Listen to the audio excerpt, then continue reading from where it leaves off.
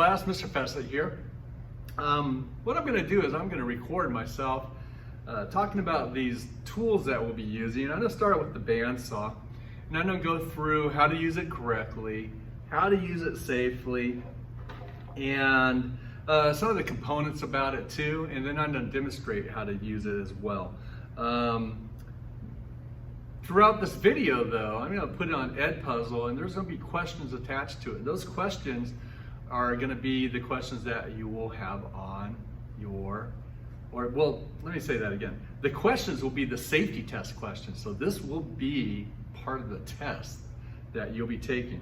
So this is the bandsaw. We'll start off here because it's my favorite tool in the shop, and it's the most versatile tool too. You can do a lot of stuff with the bandsaw. So let me take the camera a little closer so you can see some of the parts to it. And hey, you're gonna have to bear with me. I don't record myself that much, so there's gonna be a lot of little like errors about it. But I'm gonna give you as much information as I can. All right, so here's the blade on the bandsaw. This is about a 1/2 inch wide blade, and it has teeth on it. Now, the teeth are, there's 3 teeth on this bandsaw per every inch. So that's a pretty good aggressive cut. You can get teeth like 6 teeth per inch. I like about 4 in general. And, but you know, 3 teeth are good. And it's really thin too. Now the problem with having it a 1/2 inch wide is you can't make sharp turns on it because it's just too wide. You can make subtle turns, but not sharp ones, all right? Now, the reason why they call it a bandsaw is this blade is a big band, and it's run on these pulleys that are inside the machine. So you can see the pulleys, the band's on the top pulley, and there's one below too.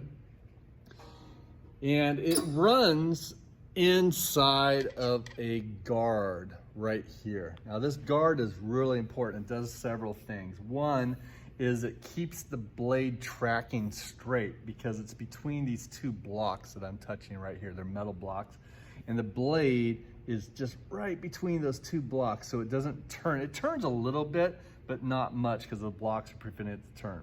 All right. The guard also has a lever so you can move it up and down depending on how thick your wood is. So if you're cutting a thick piece of wood, you want to make sure that your piece of wood is about a 1/2 inch below your guard, or your guard is a 1/2 inch above your piece of wood. So a 1/2 inch, remember that measurement. And if your wood's a little thinner, like this one, bring it down so that your guard is about a 1/2 inch above your piece of wood too. Okay. And on the tabletop, you have a couple things. You have this insert right here. So that allows me to get to anything in like underneath the tabletop. Like if there's, I'm clearing it out. Like if there's a little piece of wood stuck in there, I can make adjustments.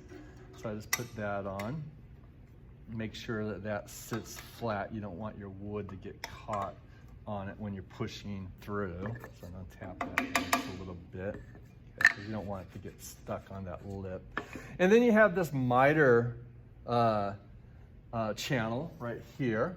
Miter slot, and that's used with a miter gauge right here. So if you want to cut a piece of wood at a 90-degree angle, you just push it through. All right, and you can change the degree. I have it set this one for 90 degrees because we use that a lot. And here's your tabletop. Okay, so here's the column or the throat. It's 14 inches, and it's funny because the pulley on the inside is 14 inches. So this gives it, so this means that you can't cut a piece of wood that's longer than 14 inches right here because you'll be running into that column. Here's the on-off button right here. And so let me go through the safety aspects of the bandsaw. Okay, so let me move the camera a little further away so that you have a better viewpoint. So I'm going to start off with cutting this piece of wood. It's a 3/4 of an inch thick. It's about 6 inches long, 5-6 inches long. So the first thing I want to do is I want to make sure that I'm wearing safety glasses. So put on safety glasses. I have mine on right there. So make sure you have safety glasses on. Make sure that if you have long sleeves, they're pulled past your elbows. Okay. Any loose jewelry or items of clothing that need to be removed or secured. I have a watch on, but it's not really loose. It's pretty tight. So I'm not worried about it catching on anything. So any pieces of loose clothing or jewelry needs to be secured or removed. Okay, so when I'm using this machine, I'm looking at my thickness of the wood. It's 3/4 of an inch, so I'm gonna bring down the guard. So that's about a 1/2 inch above the piece of wood. And I'm gonna make sure that I have a push stick available. This one's sitting on the bench right next to it. It can also be on the tabletop, but it's gonna be sitting right here. Here, I'll show you where it is. Right there. And I'm the one to turn on the machine. No one else turns on the machine except the operator. No one else turns off the machine except the operator. And then when I'm making my cuts, I don't want anyone to be talking to me, to be distracting me, and I don't want to be talking to anybody else. I'm focused 100% on the cuts and the machine. Now, the reason why I like the bandsaw and the reason I think that it's a safe tool to use is it only cuts if you push the wood into it, okay? And it doesn't like kick the wood back at you, it doesn't make the wood chatter, doesn't make the wood spin around. It only cuts when you push the wood into it. Now, with that being said, if you push something else into it, like a finger, it'll cut your finger. So you have to make sure that your fingers are never in line with the blade, never in line with the blade. I'm gonna raise the guard up and tell you what I'm talking about. Okay, if I run my hand going straight, my fingers are going in line with the blade and it'll run right into the blade. So let me give you a better angle. Okay, so when I'm pushing this wood, both my fingers are on the extreme outside of the piece of the wood. You know, if the wood's a little smaller, like this 6-inch piece, and I'm just pushing straight through, okay? If I'm cutting an edge, I'm not gonna be pushing my wood like this because my thumb looks like it's gonna run right into the blade, so I'm gonna use a push stick instead. And you can see the push stick maybe has these nicks and cuts in it. That's all right, because that's what it's for. So fingers are never in line with the blade. And the other rule and safety tip that I'll give you is if your piece of wood is smaller than this insert, you have to use a push stick. And I'll show you what I'm talking about a little later. So let me start making some cuts. I'm gonna lower the guard so that it's about a 1/2 inch above my piece of wood. I'm gonna use a push stick because I'm gonna cut the end off of this piece of wood. And I'm gripping the other side, holding the wood flat on the tabletop. Flat on the tabletop. I'm not lifting it up, it's flat on the tabletop. So let me use the push stick. I'm gonna turn it on, once I cut off the edge.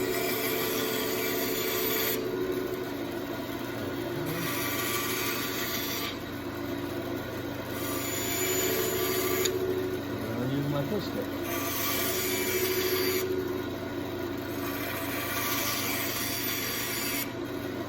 Now, every once in a while, so I turn the machine off and wait for it to come to a complete stop.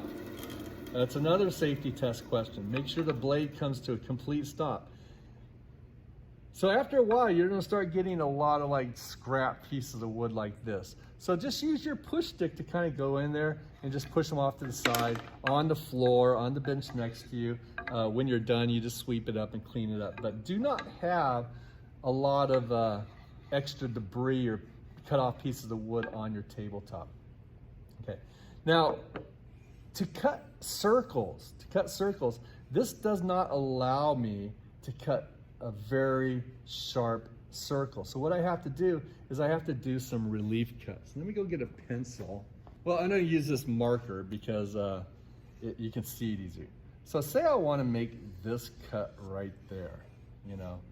I would not probably be able to make that turn because the blade's so wide. So what I'm gonna do is I'm going to just cut off segments like this. So I'm gonna cut off straight pieces. So I'll demonstrate how to make this curved. Okay, so I'm gonna use a push stick because I'm gonna be working on the edge. So I'm gonna cut a straight piece off like this. Then I'm gonna cut another one off like that. And the more cuts I make,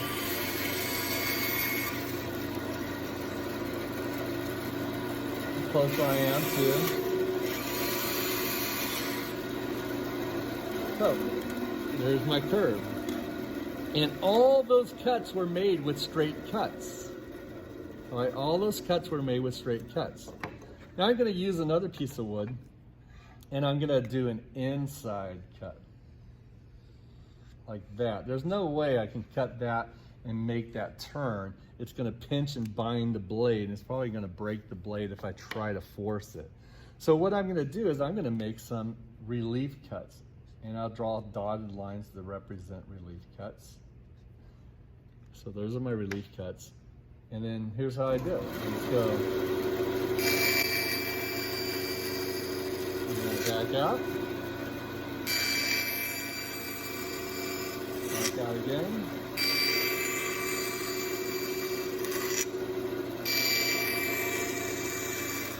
And then I cut off little corners. So you see how I cut off that, then I cut the next one, and the next one. And eventually I get most of the material.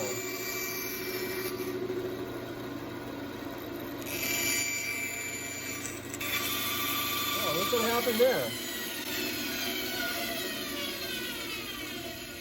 See what happened there? A little wedge got stuck right in this insert, which that's okay. It happens all the time. And actually it's a teaching moment. So I'm kind of glad it happened. If that happens, turn the machine off, let the blade stop, very carefully just kind of reach in there and pull it out. Or you can use your push stick. Sometimes you can, get your push stick and then just, there it is. So you have to turn the machine off, let it come to a complete stop, and then use your push stick and try to wedge it out of there, or very carefully just pull it out. And then I can get back to my cutting. And it might happen again.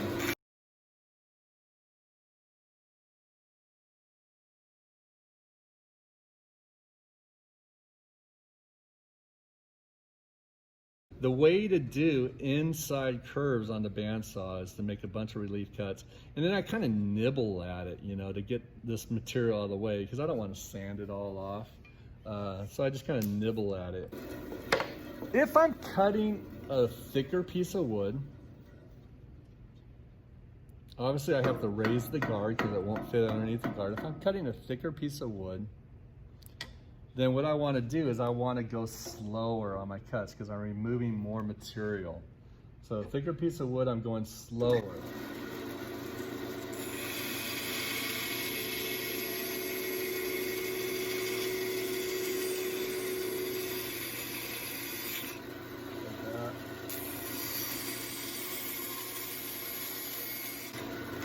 Like that. So, and even a thicker piece of wood, because you can be cutting like 4x4s, even a thicker piece of wood, you still go slower. And it'll do the job. Just be patient with it and take your time, and it'll do the job. Now, never have anything on the tabletop that will roll around. See how this rolls around? And if I'm cutting this, what's going to happen? I'll raise the blade up and I'll dim it. And then I'm going to open it up as if it were turning. What's going to happen is the blade is going to catch into it, bite into it, because these are teeth, so it'll bite into it, and it's going to pull that and roll it in. So if I turn this on, see what happens? It just rolls. And can you imagine if the machine is running and you're holding on to it, it'll just like pull it right into the teeth of the machine. It might pull your fingers into it. It'll definitely damage your product or project. It'll definitely bend or break the blade. So never have anything that is rolling. It can't be irregular. It has to always be flat on the tabletop. Okay, flat on the tabletop. All right, so remember that. That's a test question. The other thing is you can't hold your piece of wood in the air like this because it'll be pulled down, it'll shift down. So again, flat on the tabletop. When you turn the machine on, when you're using it, when you're done using it, I turn it off and it's still spinning. The blade is still spinning. So you have to wait for it to come to a complete stop when you're done using it. And if you have the guard up really high, just be polite and lower the guard because I don't want the blade to be exposed. So when you are done using it, turn the machine off and wait for it to come to a complete stop, okay? Now every once in a while the blades do break. They break because you're probably turning too sharp and you put a lot of stress on the blade, it could break then. Sometimes the blade has a flaw in it and it breaks because there's a flaw in the blade. Sometimes the blade breaks because it gets caught on one of these metal blocks. Every once in a while that happens, not too often. And sometimes the blade breaks because it's just old, you know. So if a blade breaks, what's gonna happen is it's gonna make a loud bang sound because the metal is basically broke and under tension. So it's gonna make a bang sound. The motor will still be spinning, but the blade won't be spinning because it's not on the track. So if that happens, just turn the machine off, you know, wait for everything to stop, which is basically the motor spinning. The blade will be stopped because it's broke. And then come get me and I'll replace the blade when I get around to it. Now, if something else happens, like if you turn the machine on and it doesn't sound right, or it sounds like metal's grinding on metal, don't use that machine, turn it off, come get me, let me check it out. It could be something that I can fix easily, or it might be something I have to look into. But if you have used the bandsaw before, and if you used a particular bandsaw and it doesn't sound right, then come get me, don't use it, and let me check it out. All right? So, that is the bandsaw. Now, with this video, I'm gonna attach several questions on it. And it's gonna be at the end of this video, so answer those questions. I believe you'll be able to go back and review this video, and I hope you score well. All right, so let me put it on me. So thank you very much for this bandsaw tutorial, and I hope you do well.